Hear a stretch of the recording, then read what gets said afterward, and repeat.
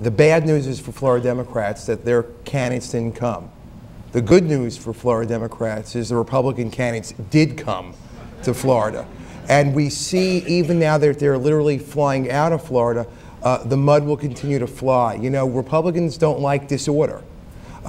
Democrats sometimes seem to thrive on it and enjoy it quite a bit.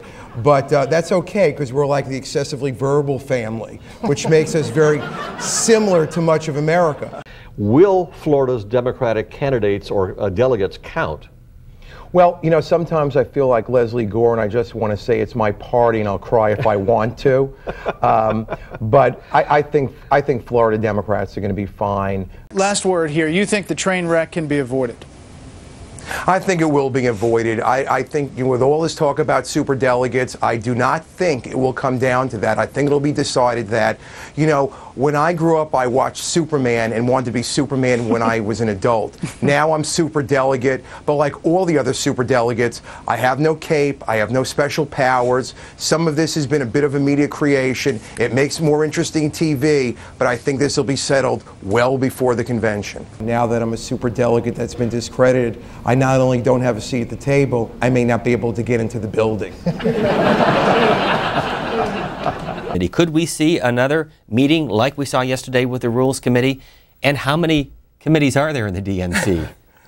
Well, it seems like there's a million. And we're kind of like, sometimes the Democratic Party seems to be like the typical dysfunctional family. You know, we fight like hell, and then at the end of the day, we all sit down at the same dinner table and we come together, and then sometimes feel bad that we aired everything we did, unlike Republicans, who basically keep it behind closed doors and you never hear what anybody's thinking.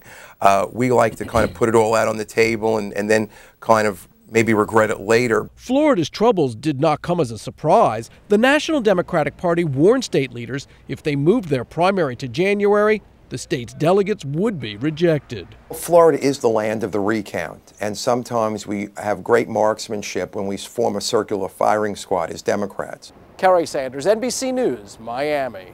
I think an interesting subtext to this will be the political demise starting tomorrow, if not tonight, of Mayor Giuliani.